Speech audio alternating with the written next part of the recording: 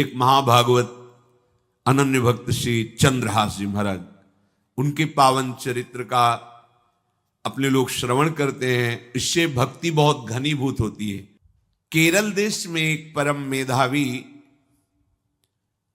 सुधार्मिक नाम के राजा राज्य करते थे। धर्म पूर्वक चलना, प्रजा का पालन करना और भगवान नाम जप करना, शास्त्र विधि से बिल्कुल कभी प्रतिकूल एक भी आचरण जीवन में नहीं किया। तो उनके यहां महाभागवत चंद्रहास जी का प्रादुर्भाव होता है। भगवान के भक्तों का जिस कुल में प्रादुर्भाव होता है, वो कुल, वो ग्राम, वो नगर, वो देश परम पूजनीय हो जाता है। ये महाभाग्यशाली मूल नक्षत्र में प्रकट हुए। लौकिक में अमंगल माना जाता है और भाव में देखो तो मूल कौन है? नक्षत्र भगवान। ऊर्ध्वमूल मधा शाखा मुसत्तम प्राहुरव्ययम। सबके मूल कौन है? श्री भगवान। किस नक्षत्र में पैदा हुए? मूल में, भगवत स्वरूप। और लोक में माना जाता है कि मूलन में पैदा हुआ है लड़का, अमंगल है, कुछ नष्ट ही होगा, संसार बड़ा विचित्र है। जैसे बालक रोता है ऐसे उनकी आवाज में निकला कृष्ण कृष्ण। बड़ा आनंद हुआ सुधार्मिक राजा को कि हमारे कोई महाभागवत पधारा है, क्योंकि ये भजन करके पूर्व जन्म में ऐसी भागवती की स्थिति प्राप्त की कि अबोध अवस्था में ही श्रीमुख से कृष्ण नाम निकल रहा है। आनंद उत्सव मनाया जा रहा है। राजा है, राजकुमार प्रकट हुआ, और दूसरी बात वो स्वयं भक्त हैं और भगवान का ऐसा भक्त जो जन्म लेते ही कृष्ण नाम उच्चारण किया। ये आनंद ज्यादा दिन टिका नहीं। रोज बधाइयां हो रही, आनंद उत्सव मनाए जा रहे। शत्रु पक्ष के राजाओं ने मिलकर कहा यही अवसर है, आक्रमण कर दिया जाए और केरलाधिपति का सब पूरा महल घेर करके कोई एक भी न बचने पावे। शत्रु पक्ष के राजाओं ने घेर लिया। आसपास से राजा और सैनिकों ने घेर लिया। अब वो असावधान थे, आनंद में पुत्र हुआ है, बधाइयां, कोई संभावना ही नहीं थी। गुप्त रूप से शत्रु पक्ष के राजाओं ने आक्रमण करके घेर लिया। अब राजाओं की कई सेनाएं और इनकी असावधानी पूर्वक आनंदमयी वृत्ति में कोई पहले से पता हो तो तैयारी करते, तत्काल आक्रमण को रोकने का प्रयास किया पर असफल रहे। इनके सैनिक भी मारे गए, राजा भी मारे गए, राजमहल को घेर लिया गया, कोई भी एक भी बच के न जाने पावे। तो राजमाता जिनसे चंद्रहास जी का प्रादुर्भाव हुआ था, उन्होंने धाय मां को कहा कि मेरे पुत्र को बचाने में तुम समर्थ हो, मेरे तो प्राण नहीं बचेंगे, अगर ये लोग नहीं मारते तो मैं अपने पति के शव के साथ सती हो जाऊंगी। पहले ऐसी धार्मिक निष्ठा माताओं बहनों में होती थी कि धाय मां ने विचार किया कैसे बचा सकती हूं, आसपास तो सब सैनिक घेरे हुए हैं। तत्काल उसने विचार किया कि अगर हम इनको राजकुमार की तरह ले जाती है तो हमें भी मारा जाएगा और इनको भी मारा जाएगा। देखो कितनी विपत्ति जन्म लेते हैं। कोई प्रश्न कर सकता है कि महाभागवत जिनके घर में प्रकट हो तो वहां धन वैभव सुख संपत्ति बढ़नी चाहिए, यहां तो जन्म से ही जैसे वहां माता पधार गई, ये क्या है? तो श्री भगवान स्वयं कह रहे हैं यस्य तुष्टो रहम पार्थ वित्तम तस्य हराम्यहम करोमि बंधु विच्छेदम सच कष्टेन जीवति। हे अर्जुन, मैं जिस पर बहुत प्रसन्न होता हूं, आप अपने ऊपर भगवान को बहुत प्रसन्न करना चाहते हैं, बहुत प्रसन्न करने में ये है, देख लो। कह रहे जिस पर मैं बहुत प्रसन्न होता हूं, सबसे पहले उसका ऐश्वर्य नष्ट करता हूं। फिर क्या करता हूं? फिर बंधु बांधवों का, फिर क्या करता हूं? असाध्य रोग उसके शरीर में। बोले महाराज जी तुम प्रसन्न हुए हो कि पूरे के पूरे नाराज हो गए हो? बोले यही मेरी प्रसन्नता है। क्या? माया का नाश।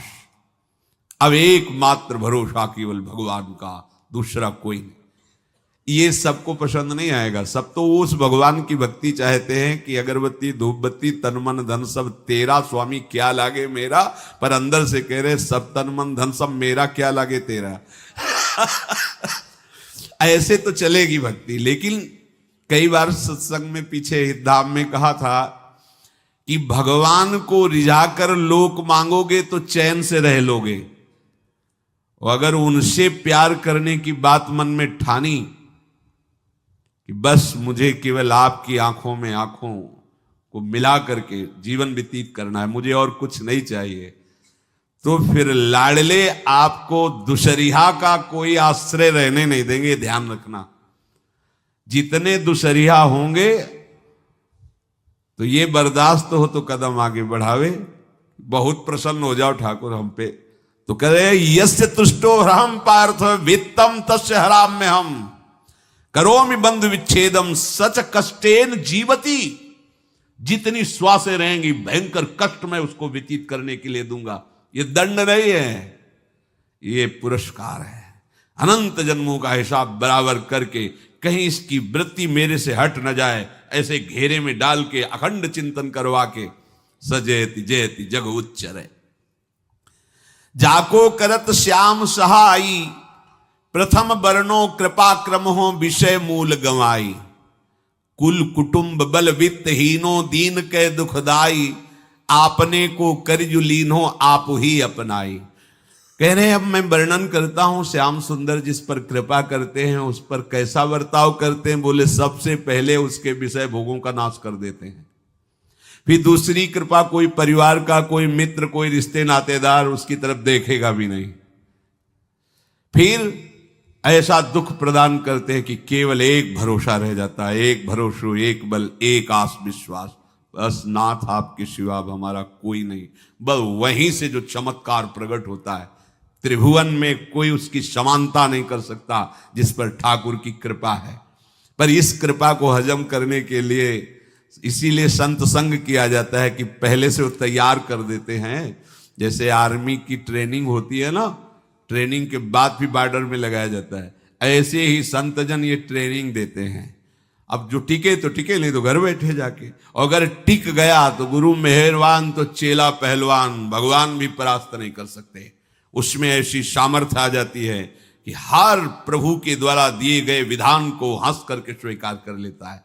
और ऐसा नहीं कि उसको कष्ट होता है, ये लोक भाषा में भगवान कह रहे हैं सच कष्टेन जीविता। नहीं तो जिस चिदानंद में वो सुख भोगता है वो ब्रह्मा को भी नहीं प्राप्त है जो भक्त को प्राप्त होता है। भक्त का वैभव दिव्य होता है, चिदानंदमय होता है। ये तो पापियों के पास भी वैभव है, रुपया पैसा कुटुंब परिवार। भगवान के दास के पास जो वैभव होता है वो अचिंत्य है, तुम चिंतन भी नहीं कर सकते, ऐसा वैभव होता है।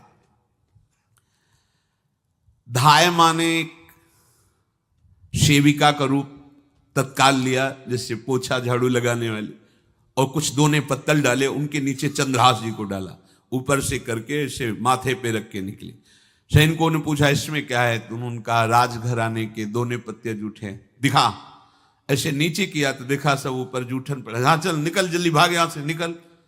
बस वो भागी, बचा ले गई। वो कुंतलपुर पहुंची और वहां के जो मंत्री दृष्ट बुद्धि थे उनसे प्रार्थना की कि मैं सेवा कला में बड़ी प्रवीण हूं और ये मेरा पुत्र है, अगर आपकी कृपा हो जाए तो कुछ समय के लिए हम आपकी सेवा में, महल सेवा में रहेंगी और हमारे पुत्र का पालन पोषण हो जाएगा। उनकी परीक्षा ली गई तो राजघराने की सेविका थी, परम प्रवीण थी, पर उन्होंने ये परिचय नहीं बताया। विधि विधान से राज्य की सेवा में प्रवीण दासी पाकर उसको अच्छा लगा, ठीक है आप रह सकती है। अभी चंद्रहास जी 3 वर्ष के ही थे कि धायमा पधार गई और ये हर समय कृष्ण कृष्ण कृष्ण कृष्ण कृष्ण नाम इनके चलता रहता था। अब जो उनका दुलार करने वाली थी धायमा, वो भी पधार गई तो कौन उनकी तरफ देखे। पर बहुत ही गौर वर्ण, बड़े ही सुंदर, अब वो गलियों में भटकने, निकाल दिया महल से जब धाय माँ मर गई, क्योंकि धाय माँ की सेवा के कारण उनको रखा गया था। 3 वर्ष के बालक गलियों में, तो कोई भी माँ देखती उनको तो कोई उनको वस्त्र पहना देती, कोई भोजन करा देती। ऐसे ही भगवान के भक्तों की बड़ी विचित्र लीला होती है। यहां चंद्रहास जी को जो भी माता बहन देखती कुंतलपुर के गलियों में, तो कोई वस्त्र, कोई स्नान करवा देती, कोई काजल लगाती, कोई भोजन पवा देती। परमहंसों जैसा जीवन कट रहा है। कृष्ण कृष्ण कृष्ण कृष्ण। 14 भुवनों में जिनकी अव्याहत गति है, जो सबको देखते रहते हैं, श्री देवर्षि नारद जी। ये कृष्ण कृष्ण बोलता है बालक, और इसका हरि के सिवा कोई नहीं। तो एक दिन एकांत में बैठे हुए थे बालक चंद्रहास जी, नारद जी पधारे हैं, भाई जी से मिले हैं। स्वप्न में कितने महापुरुष मिलते हैं जो भजन ठीक से करते हैं, ये बड़े बड़े महापुरुष आकर के उपदेश करते हैं। ये त्रिकाल सत्य हैं, कोई ऐसा नहीं है कि ये कहानी हैं, अभी हैं। जहां आप भगवत चिंतन करेंगे तो आपको परिचय बड़े बड़े महापुरुषों का मिलने लगेगा। नारद जी आए तो देखा आंख बंद किए हुए चंद्रहास जी कृष्ण कृष्ण कृष्ण कृष्ण कृष्ण ऐसा उच्चारण कर रहे। त्रिकालज्ञ सर्वज्ञ नारद जी ने देखा कि ओहो, इतना छोटा बालक और कृष्ण कृष्ण बोल रहा है। नारद जी ने स्पर्श किया दुलार करते हुए, सुनो आंख खोलो। आंख खोल के देखा श्री देवर्षि नारद जी। नारद जी ने कहा, देखो हम तुमको एक अमोघ वस्तु देते हैं, और एक छोटी सी शालिग्राम की, इतनी बड़ी शिवग्रह शालिग्राम का जो वो दिया। बोले धो के पी लेना और दिखा के पा लेना, यही तुम्हारी सेवा पद्धति है। अर्थात स्नान करा दिया और जो तुम्हें मिले इनको अर्पित। तो उन्होंने विचार किया कि धोने के लिए, स्नान कराने के लिए पात्र चाहिए, भोग लगाने के लिए पात्र चाहिए। तो जैसे कोई पान की बीड़ी नहीं, तो ऐसे कपोल में शालिग्राम को रखे रहते, कोई पात्र ही नहीं, कोई सिंहासन ही नहीं, यही धुल गए। चरणामृत अंदर जा रहा, जब पाएंगे तो यही पा लेंगे, साइड में ऐसे करके फिर निकाल के धो।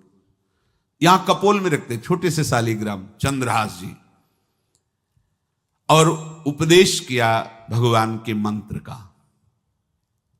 जब कोई भगवत प्राप्ति के लिए चलता है तो भगवान ही गुरु रूप से प्राप्त होते हैं, वहां तक तुम्हें पहुंचा देते हैं या उन महापुरुष को आपसे मिला देते हैं। जब कोई भगवत प्राप्ति के लिए जहां चलता है तो ये भगवान अपनी तरफ से कृपा करते हैं।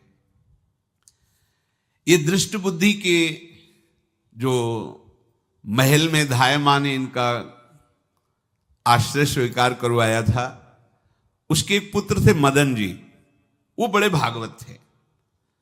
और एक पुत्री थी जिसका नाम था विषया, वो बड़ी सुंदर थी, अभी छोटी अवस्था की ही थी। मदन जी का स्वभाव था भक्तों को भोजन पवाना। जो भगवत भाव के जन होते हैं उनके हृदय में ऐसा उत्साह होता रहता है कि जो वैष्णव हैं, संत जन हैं, इनको भोजन पवाने का मतलब श्री भगवान को भोजन पवाना। भक्तमाल में भी वर्णन है कि जैसे गर्भवती मां को आप कुछ भी पवाओ तो बालक की पुष्टता अपने आप होती है, ऐसे संतों के हृदय में भगवान विराजमान प्रगट रूप से हैं। जब हम संतों को भगवत भाव से भोग पवाते हैं तो साक्षात भगवान ही पाते हैं। और मदन थे भगवत भाव के, तो उन्होंने बुलाया बड़े बड़े भक्तों को और ब्राह्मणों को। जब ब्राह्मण और भक्त पा रहे थे तो खेलते खेलते चंद्रहास जी भी वहीं चले गए और उन्होंने भी वहां प्रसाद पाया। अब बड़े बड़े ब्राह्मणों में एक ज्योतिषाचार्य थे। दृष्ट बुद्धि जी ने हाथ जोड़कर प्रणाम किया और अपने परिवार को प्रणाम करवाया और कहा, यह हमारी पुत्री है। दृष्ट बुद्धि जी ने कहा, आप इसका हाथ देकर बताइए, इसको वर कैसा मिलेगा, कैसा ऐश्वर्य होगा। दृष्ट बुद्धि मतलब दुष्ट बुद्धि, ऐसा ही था वो। पर बड़ा विचित्र खेल है, इसकी बुद्धि एकदम विपरीत और पुत्र महाभागवत। भगवान का खेल है। वो भक्ति विरुद्ध और पुत्र भागवत। उन्होंने कहा वर, ऐसे दृष्टि डाली चंद्रहास जी वहीं पार, वो है इसका वर। वो इसे धाय का, एक दासी का लड़का हमारी पुत्री का वर बने। बोले शायद आपने ध्यानपूर्वक रेखा नहीं देखी, वो हम देख लिए हैं, यही है तुम्हारी पुत्री का वर। दृष्ट बुद्धि ने विचार किया कि एक भिखमंगा हमारी राजकुमारी पुत्री का दूल्हा बनेगा। पंडित जी को तो दक्षिणा दी, विदा किया और सैनिकों से कहा घर से निकलने न पावे बालक, क्योंकि ज्योतिष पक्की, ज्योतिष शास्त्र सत्य है, पर उसका सम्यक ज्ञान होना चाहिए। भला मुझ सम्राट के मंत्री की पुत्री, वो महामंत्री हैं दृष्ट बुद्धि, और ये एक भिखमंगा कैसे हो सकता है? बड़ा हृदय में जलन हुआ, ये तो बड़ी अपकीर्ति और दुर्भाग्य का विषय होगा, इसी को मरवा डालते हैं, काम खत्म हो जाएगा। निश्चय किया और जल्लादों को बुलाया और कहा बालक जो पंगत में भोग पा रहा है, इसको ले जाओ और जंगल में मार के, और इसका कोई अंग हमें काट के दिखाओ कि हाँ मार, मतलब पक्का मार देना है। क्योंकि वो इतने सुंदर थे, इतने सुशील थे, इतने प्यारे लगते थे कि कोई भी मारने के लिए तैयार। इसीलिए उसने शर्त रखी, इनका अंग काट करके हमको प्रमाण में दिखाया जाए कि मार दिए गए हैं। चांडालों ने हाथ पकड़ा, चंद्रहास जी को ले गए। चंद्रहास जी का स्पर्श करते हुए उनको ऐसा दुलार होने लगा हृदय में, जैसे मां को अपने बच्चे से दुलार होता है। स्पर्श करते, दरस परस अघनाश, भक्त का स्पर्श ही पापों का नाश कर देता है। वो दो जल्लाद आपस में कहने लगे भाई जीवन हो गया लोगों को मारते हुए, कभी कोई पुण्य का काम नहीं किया। ये देखो भक्त संग का प्रभाव। इस सुकुमार विशाल नेत्र, कैसा सुंदर बालक जो हमारे चित्त को चुरा रहा है, इस दुष्ट बुद्धि मंत्री ने आदेश किया मारने का। भला इससे क्या बिगाड़ा इनका, क्यों मारना चाहता है? देखो वैसे तो मां पापी है ही है, क्योंकि जल्लाद घर में जन्मे हैं, पूर्व जन्म के पापों के अनुसार इस जन्म में न जाने कितनों को हमने काटा है। पर पता नहीं क्या हो रहा है, मेरे हृदय में ऐसी हिम्मत नहीं आ रही कि इस बालक को मैं मार सकूं। दूसरे ने कहा फिर अगर उसको तुम नहीं मारोगे तो तुम मारे जाओगे, कुछ तो करना पड़ेगा। नहीं नहीं, इस छोटे से बालक से क्या किसी को नुकसान। एकांत जंगल में ले गए और कहा तुम जानते हो हम तुम्हें किस लिए बुलाए हैं? चंद्रहास जी बालक थे, 5 वर्ष की आयु अब हो गई थी, तो उनका मुझे पता नहीं कि आप क्यों लाए हैं। बोले हम जल्लाद हैं, तुम्हें मारने का हुक्म दृष्ट बुद्धि ने दिया है, मारना तो पड़ेगा ही तुम्हें। हमारी इच्छा नहीं कि मारें, पर हम तुम्हें अंतिम बात पूछते, तुम्हें कुछ भी पसंद हो, कुछ भी, तो तुम कहो हम तुम्हारे लिए ला के देंगे, जो तुम्हें चाहिए बोलो, पर हमें वध करना पड़ेगा तुम्हारा। तो उनका मुझे कुछ और नहीं चाहिए, बस थोड़ा सा समय चाहिए। यदि आप मारना ही चाहते हो तो थोड़ा हमारी पूजा है हम कर ले, इसके बाद मार लीजिए। आपको तो बल है, अस्त्र हैं, मैं तो बालक हूं। उनका हाँ हम तुम्हें समय देते, तुम किसी को पुकार भी सकते हो, जो तुम करना चाहो कर सकते हो। चंद्रहास जी ने कहा मुझे मृत्यु का भय नहीं, बस कुछ समय दे दी। पूरा महाभारत हो गया था, टिटिहरी के अंडे नहीं फूटे थे। वहीं एक टिटिहरी का, तो टिटिहरी एक पक्षी होती है ना, टे टे करके उड़ती है, तो उसके अंडों के ऊपर एक हाथी का घंटा हो गया, गिर गया ऐसे। सब पूरा महाभारत में सब नष्ट भ्रष्ट, वो अंडे वैसे सुरक्षित। तो जो प्रभु भारत युद्ध में राखे भरही अंड, सोई मुंह को राखे जो राखत ब्रह्मांड।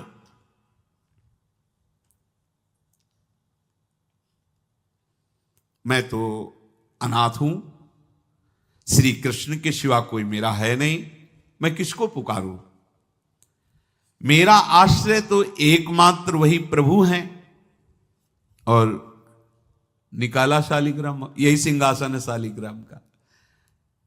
भगवान के भक्तों की अपार महिमा है।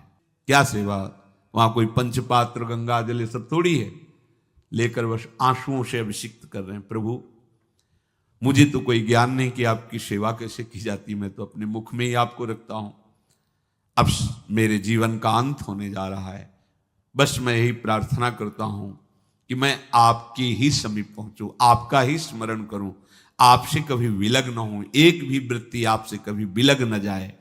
श्याम सुंदर मुरली मनोहर ललित त्रिभंगी ध्यान करते हुए आंख खोली और इशारा किया, काट दो मुझे।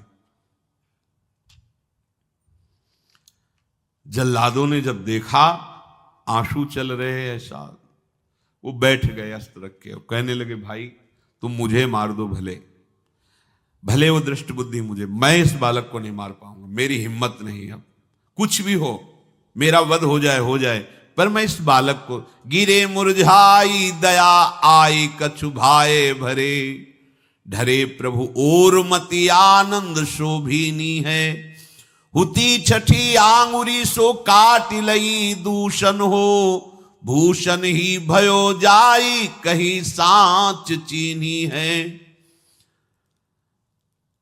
जब नेत्र का इशारा हुआ कि वध कर दो, तो जो बधिक मारने के लिए आए हत्यारे थे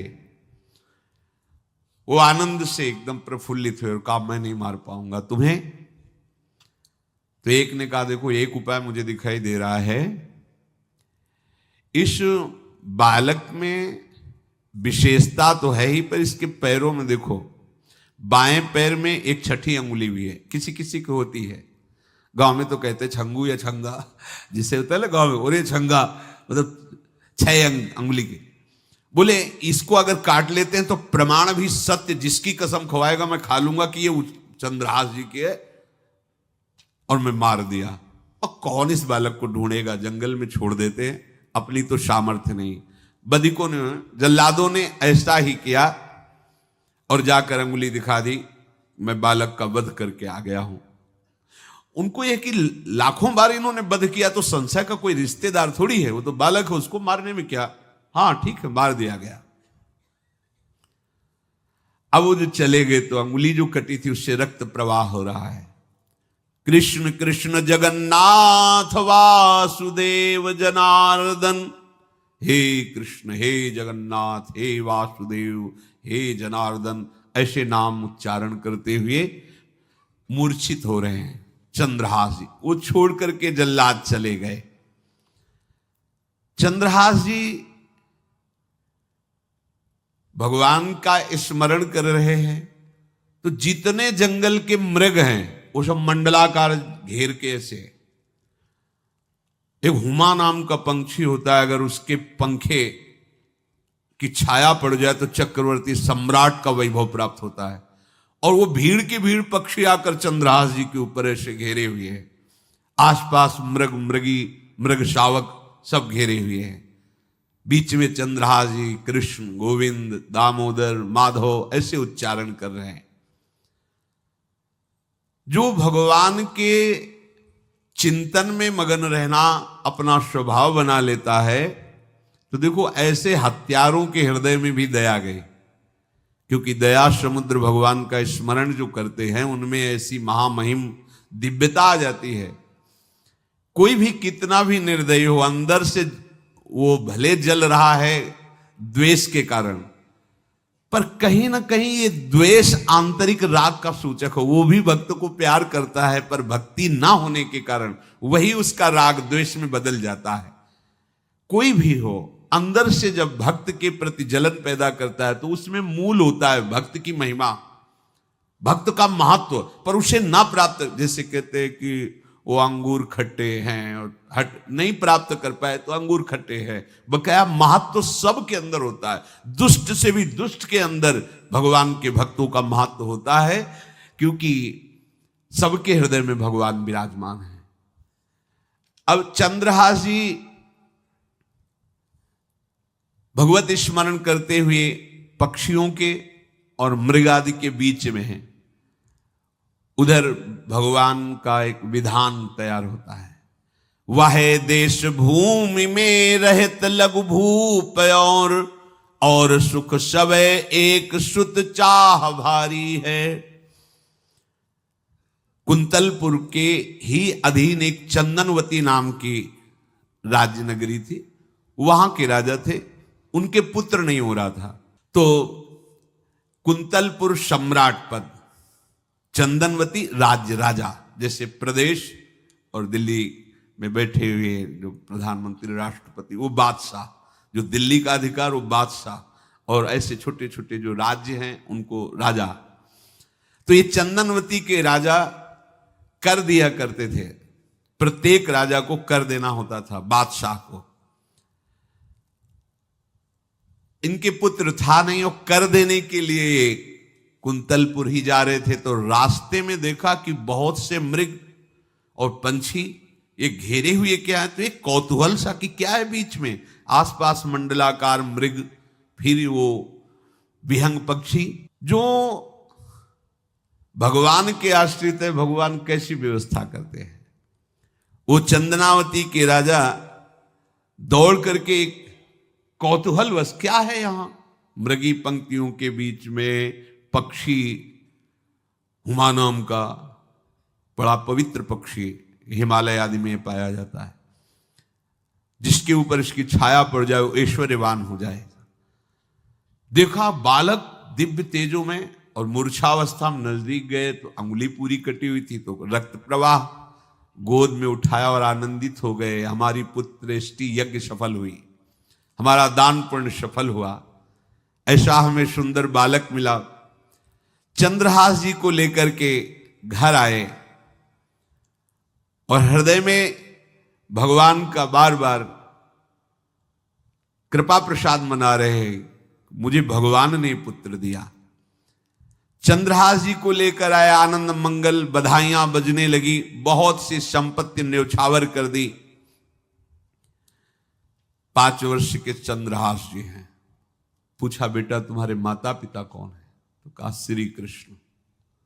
परिवार में कौन है, श्री कृष्ण। मतलब तुम्हारा कोई नहीं है, नहीं है श्री कृष्ण। समझ गए कि भगवान ही हमें कृपा करके ऐसे महाभागवत पुत्र को दिया। और है कौन, वास्तविक कोई नहीं श्री कृष्ण के सिवा। बड़ा उत्सव मनाया और अपने राज सिंहासन का अग्रिम अधिकारी युवराज पद चंद्रहास जी को। अब तो पूरे राज्य में आनंद की वर्षा हो रही। राजा मन में विचार कर रहे हैं कि ऐसा प्रतापी भक्त हमारे यहां आया है, अब हमको किसी को कर देने की जरूरत नहीं। तो जो हर महीने वर्ष में जो बंधा हुआ कर था उन्होंने नहीं दिया।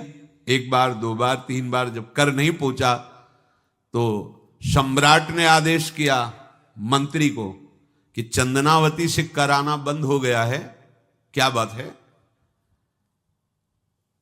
यदि वो अहंकार से युक्त हो तो आक्रमण करके नष्ट करो, यदि समस्या है तो उसका सहयोग करो।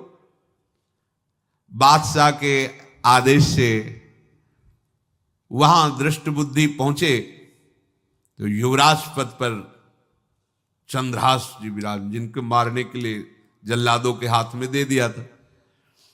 पूरे पूर्वासी ऐसा प्रभाव चंद्रहास जी का है कि सब कृष्ण भजन करते हैं, सब आनंद में मगन रहते हैं। चंद्रहास जी थोड़ा सयाने हो गए थे तो पूर्ववासियों को उपदेश देते, 1 बार हमारे राज्य में भोजन पाया जाएगा 24 घंटे में, और सबके घरों से आरती की शंखनाद घंटानाद सुनाई देना चाहिए।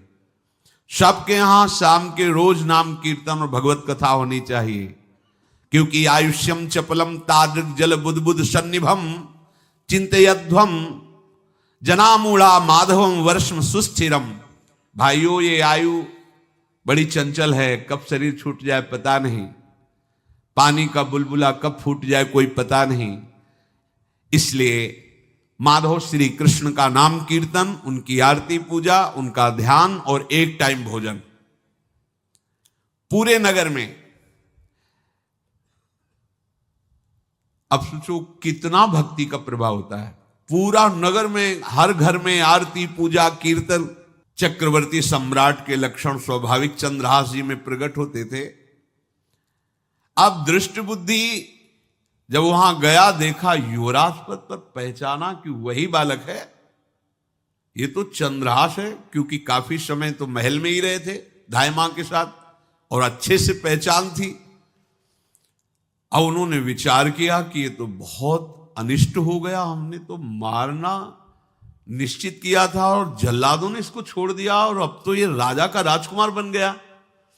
तो राजा से कहा कि पहली बात, युवराज पद पर बैठालने के पहले तुम्हें सम्राट को सूचना देनी चाहिए थी। दूसरी बात, अभी तक तुमने कर नहीं दिया। जानते हो कि अगर सम्राट का भाव बदल गया तो एक क्षण में तुम्हारे राज्य को नष्ट कर दिया जाएगा। तो राजा ने हाथ जोड़कर, चंद्रावती के राजा ने कहा, महाराज आप ही अब हमारी रक्षा कर सकते हो। तो उसकी दृष्टि चंद्रहास पर थी, इसको मरवाना है, क्योंकि पंडित ने बताया था यही पति बनेगा। अरे तो अब तो आनंदित होना चाहिए कि अब तो राजा बनेगा, अब तो बढ़िया है। लेकिन चंद्रहास जी को यदि आप सम्राट के पास भेज देते हैं और सम्राट निश्चित प्रसन्न हो जाएंगे चंद्रहास को देख के, तो वो तुम्हारे इस अपराध को क्षमा कर देंगे। युवराज पद दे दिया और भेंट नहीं दी, कर नहीं दिया महीनों से, तो ऐसा करो चंद्रहास जी को भेज दो। राजा ने स्वीकार कर लिया। और पहले लोग बिल्कुल धर्म से चलते थे, कहीं भी अधर्म का लेश नहीं। एक चिट्ठी लिखी दृष्ट बुद्धि ने और चंद्रहास जी से कहा खोल के पढ़ना नहीं, मेरे पुत्र मदन को देना जाके, और मदन तुम्हें फिर आगे का कार्य सम्राट से मिलाना, माफी करवा देना, ये सब करवा देगा, पर ये चिट्ठी तुम रास्ते में खोल के नहीं देखना। और वैसे भी किसी का पत्र खोल के देखने का धर्म नहीं कहता। अगर कोई पत्र दे तो ये नहीं कि इसमें क्या लिखा है, नहीं, या तो हिम्मत नहीं है, इतनी धैर्य नहीं है तो मत लो। अगर धैर्य है तो हाथ में लेकर जहां तक पहुंचाना वहां तक पहुंचा दो, नहीं तो वो कार्य ही मत लो। ये अधर्म है कि आप बीच में उसको खोलकर पढ़े। पहले लोग बहुत धर्मात्मा होते थे, एक एक बात धर्मयुक्त होती थी। चंद्रहास जी को चिट्ठी दी, चंद्रहास जी ने पत्र को अपनी पाग में खोस लिया और कुंतलपुर के लिए चले। अब इनका किशोर अवस्था में प्रवेश हो चुका था। एक सुंदर कुंतलपुर के बाहरी रमणीय बगीचा था, वृक्ष बहुत सुंदर सुंदर, पुष्प वाटिका भी, बड़ा मनोरम लगा। घोड़ा बांध दिया वृक्ष में और पहले सरोवर का बड़ा निर्मल जल होता, जल पिया, हाथ मुंह धोया, थोड़ी देर भगवान का ध्यान करते रहे वृक्ष के नीचे और फिर लेट गए तो नींद आ गई। भगवान बड़े कृपालु हैं। जो भगवद आश्रित होता है त्रिभुवन में कोई उसका अमंगल नहीं कर सकता। अपनी सहेलियों के साथ दृष्ट बुद्धि की वही राजकुमारी जिसके साथ इनका ज्योतिषाचार्य ने कहा था यही पति होगा, वो अपनी बहुत सी समान वयस्क अवस्था की जो किशोरियां थी उनके साथ वो, और ये राजवाटिका थी, इसमें घूमने के लिए आई। तो घोड़ा देखा तो उसने कहा यहां किसी का घोड़ा कैसे आ सकता है, हमें लगता है कोई यात्री इसमें प्रवेश कर गया, उसको पता नहीं होगा कि राजवाटिका है। वो अपने सहेलियों के साथ घूमते हुए उसी वृक्ष के नीचे पहुंची। जा चंद्रहास नौ किशोर अवस्था, और जो भगवान का भजन करते हैं उनमें एक विशेष आकर्षण होता है जो साधारण आदमियों में नहीं होता। वो कैसा भी रूप हो उससे मतलब आकर्षण होता है, ऐसा लगता है इनके समीप बैठे रहे, इनको देखते रहे, इनकी बातें सुनते रहे, उनमें भगवत आकर्षण होता है। आंख मुंदी हुई शोर है, देखते ही पूर्व विधान के अनुसार उसका चित्त लुट गया। इतना सुंदर नौ किशोर अवस्था, आसपास देखा तो सखियां खेलने में लगी थी। पाग में एक चिट्ठी सी दिखाई दी तो झुक करके चुपचाप ऐसे नौ किशोर अवस्था में चंचलता भी होती है, चिट्ठी खोल करके देखा तो वैसे ही रूप माधुरी में आसक्त हो गई थी। पूर्व संस्कार से आकर्षण भी हुआ। इसने संस्कृत में लिखा था विस्मस्मयी प्रदातव्यम त्वया मदन शत्रुवे कार्या कार्यम न दृष्टव्यम कर्तव्यम खलु में प्रियम। मदन पुत्र, उनके नाम था मदन। अय मदन, बिना कुछ विचार किए इसको विष दे देना जाते ही।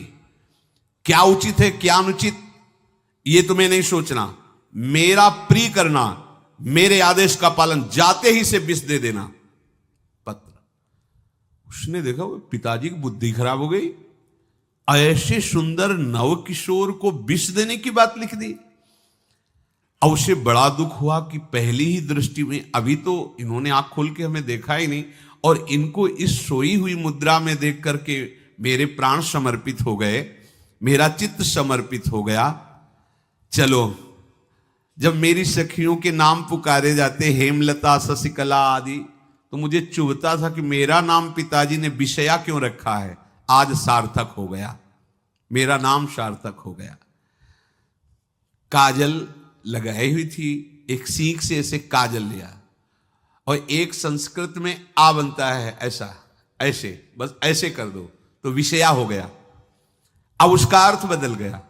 हे मदन, उचित अनुचित का विचार छोड़कर जाते ही इसे विषया प्रदान कर दो, ये मेरा प्रिय कार्य होगा। विषय पुत्री भगवान है, जैसी हो भवतव्यता तैसी बने सहाय, आप ना आवे आप परताई तहां ले जाए। तो ओ पत्र वही खोस दिया, और ये सुख हुआ कि तो जाएंगे भाई के पास ही ना, तो घर में ही तो जाएंगे, वहां इनकी इस प्रसन्न मुद्रा में बातचीत करते हुए मैं इनको देखूंगी। ये भगवान का विधान होता है। चंद्रहास जी उठे और पूछते हुए मंत्री के घर पहुंचे, और मदन ने जो ही कि चंदनावती से पिताजी ने इनको भेजा है, ये वहां के राजकुमार हैं, हृदय से लगाया। चंद्रहास जी ने कहा आपके पिता ने पत्र दिया है।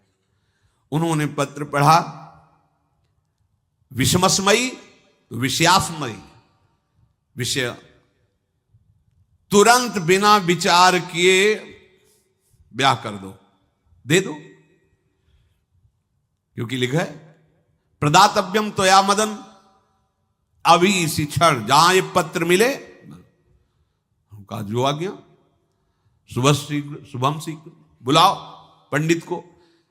पंडित ने कहा भगवान की कृपा से अगला मुहूर्त है, बिल्कुल ये ब्याह का पक्का मुहूर्त है। अब तो राजघराने तत्काल व्यवस्था हुई। अब वो तो पहले ही मोहित हो चुकी थी देख के विषया जी। तत्काल दुल्हन रूप उनको सजाया गया, इनको दूल्हा रूप सजाया गया, पंडित शुरू कर दिए, गणानंतो आगणपति को ब्याह हो गया। अब जब ब्याह यहां खूब धूमधाम से हो गया, तो दृष्ट बुद्धि ने सोचा कि काम हो गया होगा, विष दे दिया हो गया, मर अब हम जाके संभाल लेंगे, क्योंकि राजकुमार है, कैसे विष दिया कौन दिया, तो इस बात को हम संभाल लेंगे। जब वहां घर है तो पूरे नगर में सजावट हुई थी। बोले भैया सजावट का है कि? बोले महाराज आपके ही आदेश से तो है, आपने दूल्हा भेजा था। और दूल्हा भेजा, ब्याह किसने कब कहा ऐसा? बोले वो तो मदन के पास चिट्ठी रखी है। अब घर गए, मदन को बोला, बोले तुम्हारी बुद्धि मारी गई क्या? हमने पत्र में लिखा था। दिखा दिया, लिखा था हमने, विष इसमें विषया कैसे लिख गया? काजल से ऐसे, और पहले स्याही काजल की ही होती थी, तो ऐसे भगवान सब कुछ बना देते हैं। उनका पिताश्री एक भी अक्षर आपकी आज्ञा को उल्लंघन, आपने लिखा था बिना विचार किए उचित अनुचित का हमारी आज्ञा का पालन किया जाए। विषया प्रदातव्यम मदन, मेरा नाम लेके आपने संबोधन करके ये देखो ये लिखा हुआ है, इसमें हमारी त्रुटि क्या है? देखा तो चंद्रहास जी दूल्हा और सुंदर, अब उसका हृदय आग ले। अब तो मान जाना चाहिए, बिटिया का वरण हो गया भाई, ब्याह हो गया, अब तो गुस्सा छोड़ देनी चाहिए। पर दुष्ट बुद्धि, नाम ही रखा था दृष्ट बुद्धि, उसने कहा चाहे बिटिया विधवा रहे पर तुम्हें जिंदा नहीं रहने देंगे। ये दुष्ट बुद्धि होती है। देखो कैसे कैसे ऐसे ही होते हैं, कुछ लोग ऐसे ही होते हैं, हमारी इज्जत, फिर जेल काटता है पूरा परिवार, मार डालेंगे तुम्हें जिंदा नहीं रखेंगे, ऐसे दुष्ट बुद्धि का स्वभाव होता है। अब भाव जब बिगड़ जाता है तो फिर पकड़ में नहीं आती बात, यही समझ जाना चाहिए था। चरणों में प्रणाम करके कि अब तो तुम हमारे बेटे के समान हो, ये भी राज्य तुम्हारा, वो भी, आनंद लो। अब बड़ा सुख का कार्य है। लेकिन जब नकारात्मक सोच आ जाती है तो बुद्धि कंट्रोल में नहीं रहती, वो फिर उद्दंडता करने, उसका निश्चय गलत होता है। नजदीक गया और कहा कि बहुत कृपा हुई, आप हमारे दामाद बने, पर हमारे यहाँ की एक रीति है, हमारे नगर के बाहर जो देवी हैं उसमें लड़की का वर अकेले पूजा करने जाता है। आपको हमारी कुल की रीति का निर्वाह करना होगा, आपको जाना ही होगा। कोई समस्या नहीं, हमारे लिए तो हर देवी देवता भगवत स्वरूप है, आपके लिए हम पूजने चले जाएंगे, पूजन की थाल तैयार करो। और उधर कई बलवान सैनिकों को भेजा, देवी पूजने जो आ रहा है तत्काल उसे काट देना, किसी भी तरह बचना नहीं चाहिए, नहीं तुम सब मारे जाओगे। जो आदेश देवी मंदिर में सैनिकों को लगा दिया, जो आवे तत्काल मार देना, क्योंकि अब भेज ही रहे ना, तो नाम नहीं लिया, कहा जो आवे तत्काल मार देना, मेरा आदेश अगर बचा तो मैं तुम्हें मार दूंगा। उन राज सैनिकों ने जो बधिक स्वभाव के थे पहले से वहां लग गए। बड़ा विचित्र भगवान का खेल है। वहां के चक्रवर्ती सम्राट जो थे बड़े बड़े विद्वान और ऋषियों से बातचीत कर रहे थे। उनका महाराज अब आपका राज सिंहासन पर बैठना राज्य के लिए अमंगल होगा, ऐसा समय आ रहा है। इस समय यदि चंद्रहास जी को सम्राट पद पर बैठा दिया जाएगा तो आगे अकाल नहीं पड़ेगा और बड़ा मंगल होता चला जाएगा। ये मुहूर्त आपका राज सिंहासन पर से हटने का है, तो उनका प्रजा का मंगल हो और देश का मंगल हो, इसलिए हम बिल्कुल। मदन वहीं बैठे हुए थे। सचिव ने कहा तुरंत जाओ और जो तुम्हारे बहनोई बने हुए हैं चंद्रहास जी को लाओ। तो भागे। तो जो और सैनिक, राज सैनिक थे, पूछा किधर जा रहे हो? बोले वो अपने बहनोई चंद्रहास जी। बोले वो तो देवी पूजा के लिए गए। तो घर में जाके वो सीधे आगे बढ़े, तो जा ही रहते थाल सजाकर देवी। बोले सुनो, इसी समय मुहूर्त है, आपको देवी पूजा हम कर लेंगे जाके, या हम थाल लेके वहां बैठे रहेंगे, पहले सम्राट पद का वो अभिषेक करो, फिर देवी पूजा हो जाएगी। ये तो घर की बात है, और देवी पूजा मैं करके आ रहा हूं, वो देवी पूजा के लिए और वो सम्राट पद के लिए, बीच से ही। दौरे सुख पाई जाय मगही में लियो जाए, दियो सो पठाई नृप रंग माही भीजिए। अब जो सम्राट थे तो बहुत आनंदित हो गए, क्योंकि भगवान का भक्त, तेजस्वी और बलवान शूरवीर योद्धा जो सम्राट पद पर बैठेगा तो अकाल नहीं पड़ेगा, सुख की सब प्रजा को वृत्ति प्राप्त होगी। बड़े आनंदित होकर इनका सम्राट पद पर अभिषेक हो रहा है। और दृष्ट बुद्धि के पुत्र जो मदन संतों और भक्तों का आदर करते थे, वो देवी पूजा, और वहां पहले उसने बोल रखा था जो आवे तो देवी अपमान ते न डरो सम्मान करो, जात मारी डार्यो या सो भाष्यो भूप लीजिए। चंद्रहास जी का सम्राट पद पर अभिषेक और मदन जी का देवी मंदिर में प्रवेश, और सैनिकों ने काट के फेंक दिया मदन को। ये जो पे कृपा रघुपति कृपाल की, बैर और की कहा सरे, होई न बाको बार भगत को, जो कोई कोटि उपाय करे। गोस्वामी तुलसीदास लिख रहे, भगवान का कृपा पात्र जो भक्त है, किसकी ताकत है कि उससे बैर कर सके। चाहे कोई त्रिभुवन में हो, भक्त का बाल बांका नहीं कर सकता, चाहे करोड़ों करोड़ों उपाय कर ले। और तके नीच जो मीच साधु की, सो पामर ते मीच मरे। वेद विदित प्रहलाद कथा सुनि, को न भगति पथ पाम धरे। अगर तुम जिस भाव से साधु को नीचा दिखाना चाहोगे, वही भाव तुम्हारा सर्वनाश कर देगा।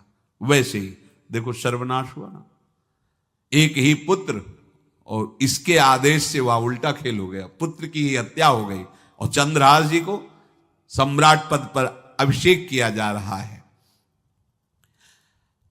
अब दृष्ट बुद्धि ने बड़ी प्रसन्नता अंदर है कि वो तो मार दिया गया होगा।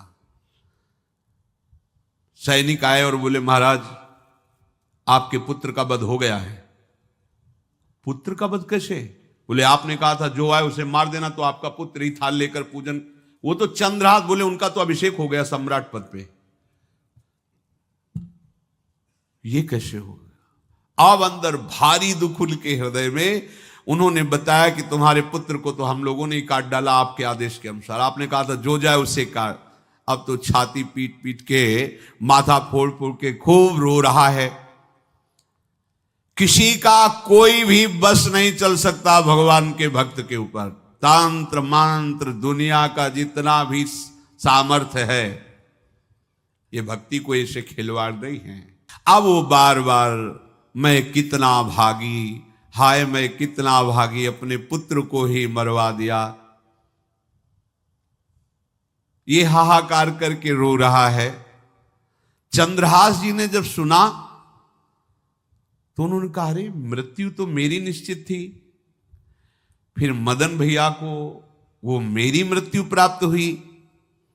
नहीं नहीं, ऐसा नहीं हो सकता, मैं अभी जाता हूं। वहां गए तो देखिए सब कटे, अंगों को रखा, भगवान का ध्यान करते स्मरण करते से हाथ फेरा, उठ के बैठ गए। अब ये घटना तो उनको पता नहीं थी, दृष्ट बुद्धि को उन्होंने खोपड़ी फोड़ करके अपनी हत्या कर ली। उनको जिला के आए तो फिर उनको जिलाया और कहा पिताजी अब कृष्ण कृष्ण जपो।